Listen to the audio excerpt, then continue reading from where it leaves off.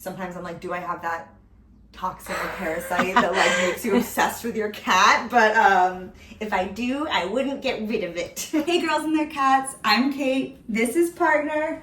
This is Ruby. And this is our little home. He is like a mama's boy. Like you can hold him like a baby. Really? Yeah, and he allows it. And then she asserts herself.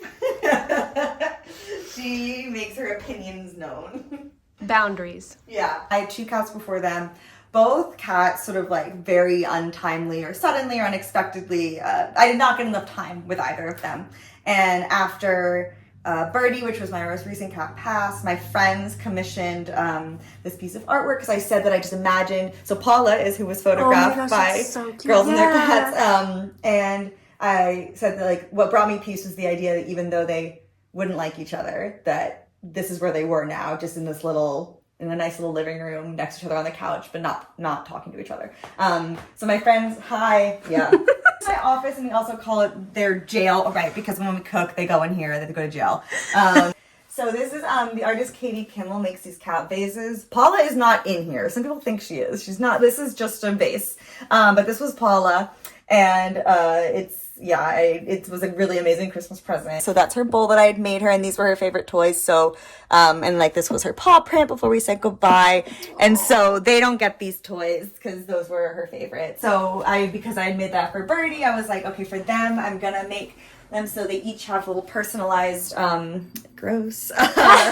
They have personalized little raised things. You made those. Yes, I made these. Those are so nice. This is Ruby's second because she broke the first one. Do you sell them? I do commissions. Obviously, I have very important cat books like Oh, yeah. Girls and Their Cats, Cat Lady, and then another one. I swear I did not plan this. Yeah, I know. This is a print magazine called Catnip. Oh, yeah, I love this. And I remember I thought I stained it, but what it actually is, if you can see in the light, is little cat paw prints embossed on there. And I kept like reading it and then like finding out new facts and telling Tyler. And at a certain point, he was like, enough. There has to be a cutting board over the sink. It's like twofold problem. Like one, we should really just be putting our dishes straight in the dishwasher, but we don't. It takes time. And so if any dishes are in there, they just want to lick them. And then even if dishes aren't in there, they're really obsessed with the little food catcher.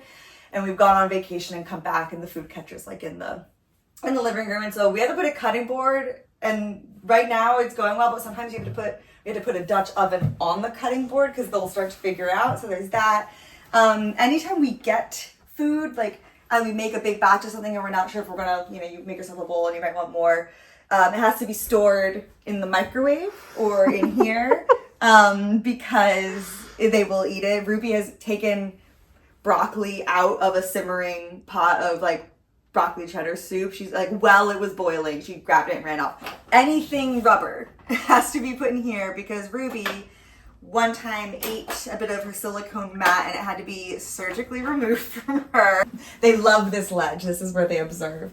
But you can see things like this. When they were sitting out there, I know, it's exciting. Tempting. I mean, that is a chewy toy. Yeah. I like to knit. She loves balls of yarn and socks. And so if this is even a little bit open, she'll get a sock from out of here and she'll hunt it down in the hallway. We have to keep that closed. That's the closet because I keep my earrings in there and they like to bat them around. But if I ever can't find an earring that's not there anymore, I just check their lair, which is under here. Let's see if there's anything there right now. Oh yeah, here's a cotton face pad. Honestly, all they've really done is make us have to live a very clean, decluttered lifestyle, which is good. But in the case of like Ruby's surgery, it's like a little mistake costs. They do not listen to discipline. There's no way to discipline them. They don't even like answer to their name. If you speak angrily at them, they won't notice. Hey. Yeah, you're so bad. But so cute. He's self-conscious. Oh, yes. All right, where do you hide the litter box? I keep it in my office, and I like swear by this litter box. It's something super fancy. Oh, right here. I missed it. Yeah. It's the system where it's like it's clay, which is good because I hate the smell of litter. Same. Yeah. So it's like clay litter, and then it's like That's on a tray, and then underneath it, this might turn people off, but it's like a pee pad. Like it doesn't get smelled. I cannot smell any cats in here. That is very important. And then this is actually, this is a litter genie. Really recommend those two. And I know I'm supposed to have two, and if you look in this area that is just horrific, I have a second one there for if they ever need to be separated. But right now, if we can get away with just one, I'm gonna just do one litter box. They love this so much. We call it Ruby's throne, and when she's on it, we say she's going throne mode. You can also see this once lovely like body pillow is now just absolutely disgusting cat mess, so they love being there. Look at this cozy little I know. book nook. They love being right there. They can't read, so it's really wasted. You make like a figure four with your legs in bed. Yeah. They like to get right in that figure four. Yeah. Assume that position every night, and then they get in it. Okay, tell me how you met partner and Ruby. I never had black cats before, and people always said I like had a type, which was like torty calico cats, and that's very true, and I still love them.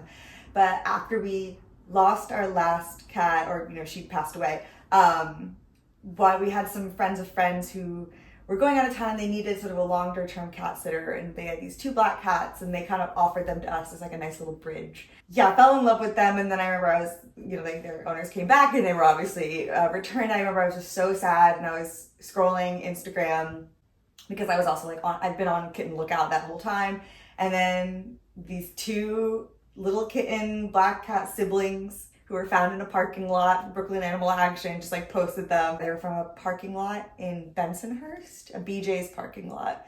And they still live like they're in a parking lot. They're constantly on the lookout for little bits of food or trash or just anything. They have not like left the parking lot mentality behind, even though they live in like a very cozy home where they get everything they could possibly want. Yes. Yeah, they know. Hi, yeah, both of you. She gets aggressive. We've been trying to work on Ruby being more polite. I know, what's that?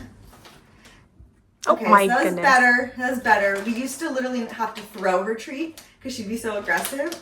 Partner's so gentle, and he uses little hands. This is when they team up. Oh, this is like, yeah. They're gonna work on this together, and I'll stop it before it happens, but this is something they would absolutely take to their lair. Uh-huh. And then finish there away from prying eyes. Yeah, they got to work on it in secret. Yeah. If you're like, would they do that? If you've had that thought, they would. And so you have to just get rid of it as our rule of thumb. But they ate an entire bag of Trader Joe's dried mango that we found eaten in the lair.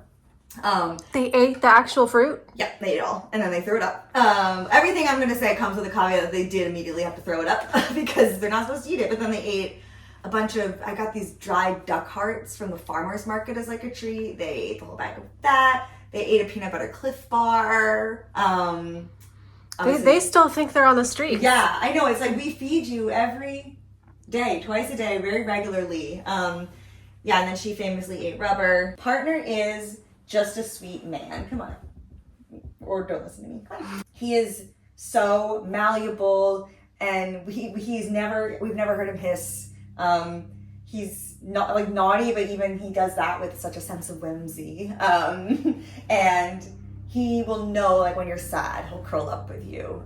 He just like is goodness personified. And Ruby is an acquired taste. I love her.